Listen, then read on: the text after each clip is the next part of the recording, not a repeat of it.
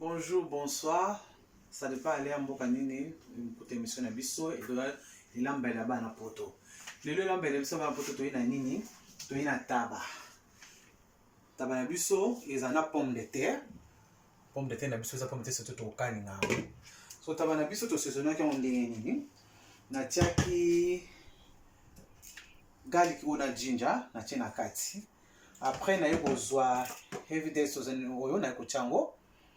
Après na yokozwa muscade na tie paprika, smoke paprika. Après na yokocha black pepper na biso. Après na mixa ngo na tie mungwa muke kaka. Na poudre na biso oyo ndamu.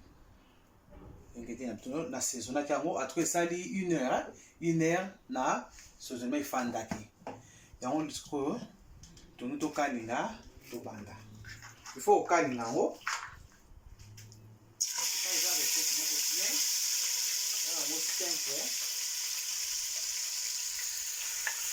Donc là, c'est vraiment la tête qui a maté. On va bien passer. On peut faire un bon. Là, c'est ça, on a mis poivron, un petit poivron. Comment on appelle la petite black pepper, on va black pepper. Poivre noir, poivre noir. C'est ça qui est un bon. C'est le mettre en haut, un bon. On coupe la canne en haut et canne en bas. On va monter ça vraiment ma casse. Et canne en bas. Ce qu'on a pomme de terre en ail, on va manteca en dame.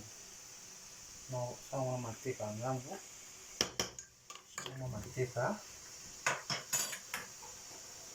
Après na kocha, tunana biso ya kabote bien. Yango kozo na Asda. Na bi de pe mo ekota ka na Tesco pezali. No, to sango na yango.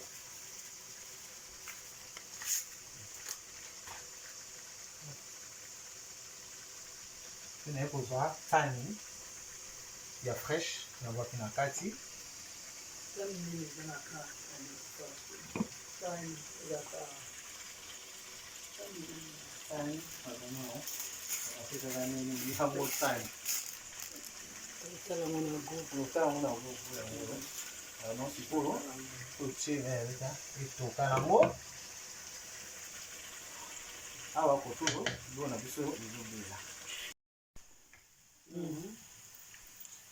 Ye biloko na biso mai pele kauki fo mai kauka taba na biso ekumo kalingama banoko na lokalinga ngo ni ekumo changer couleur na tina nga mai te kani na ndo kalinga na mai ya misuni bimaki après toki ekumo kalinga na kusko kalinga ngo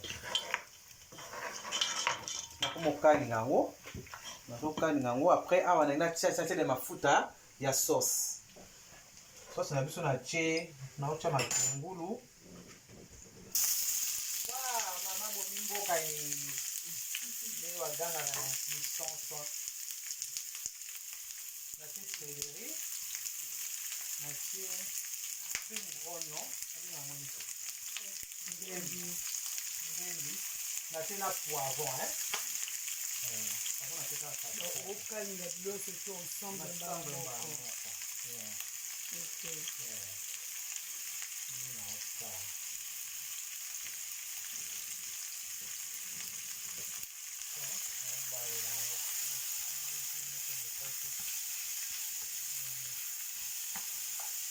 Mafuta ezebele te. Po déjà awa mafuta ebele na nyama. Na sabala biso na lina mafuta za ebele te. Na kuuza kama mafuta oto za na ti. Ni mafuta ebele na biloko. Ba santini ekoma. Alamba ngona tomate ya mbuma. Tomate mbuma ngati na kata kina tia na nyama misango. Na misango. Ama tomate mbuma. Sukoro na kepe na ai mbuma. Kati na kati.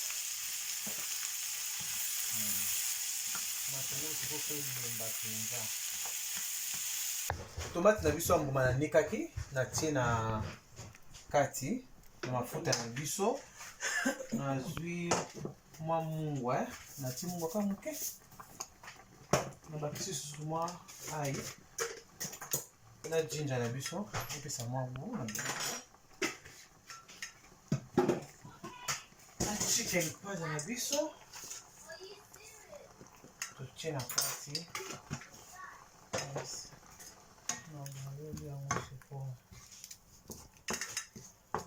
natie mafuta ebele te mpo deja taba ebimisi mafuta nalingi mafuta eza ebele te mwa muscade kaka moke muscade natie muscade kaka moke naotia kaka tomate oyo natie moke mingi te ezala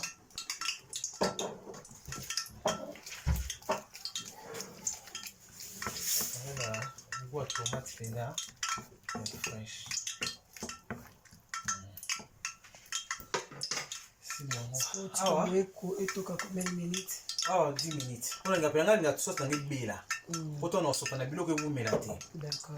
Pour se prendre un peu bima. Ah na kalinga pomme de terre na biso to tokisa ti yango. Na kalinga on a carottes. Mais carottes na kalinga te na kalinga ka pomme de terre. D'accord.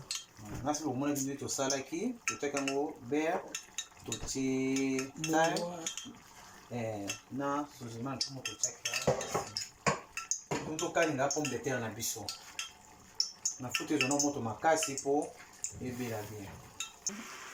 Sikoyo toke na étape ya pembeni ka presque na suka ta bana biso ekanya mpenza na ti mai te totika na mai nango mafuta na tiaki oneka komi couleur oyo etoki mpenza sikoyo sauce na biso yango ebeli tolomona tomate ya mbuma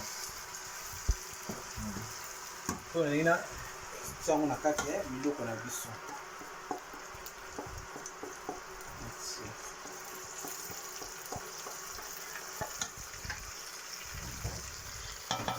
makolo bale bango na te misali na biso ya fresh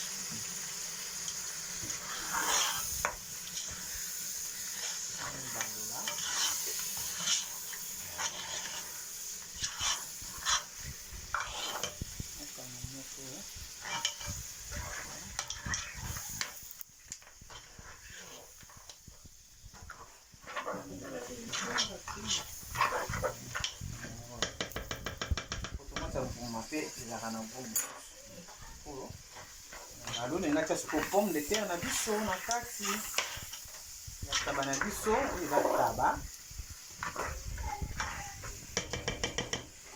pomme de terre ozotia eza otokisa pomme de terre tokalingaki yango totokisaki apres tozotia yango na kati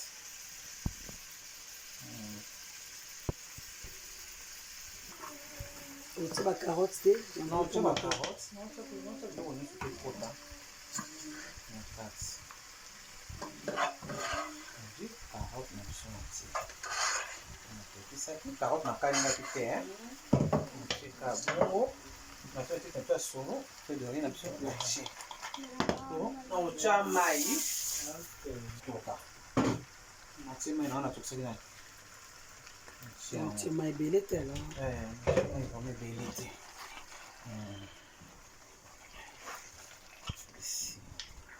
sondo otie bomoyo balola ezala su te mpo epanza non balola te d'accord non balola yango te kaka nde naobalusa boye yango etoka kaka balola yango vraimen te so etoki ndenge ata ndenge mungwa me nakoki mosusu nakotaki nango deja mungwa nakoki yango na te tokozonga dans 10 minutes etoka vraiment elibu na biso yango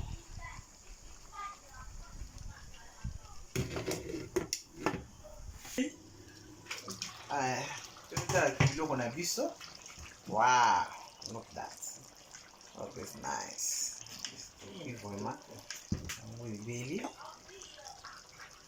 tomeka mungwa na biso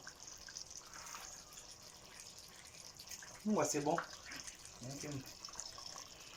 elibu na biso yango ebeli ebeli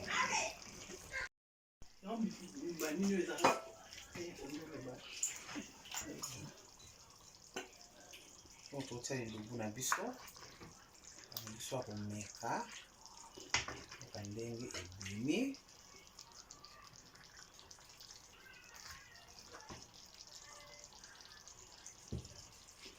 lutu olia natie pilipili te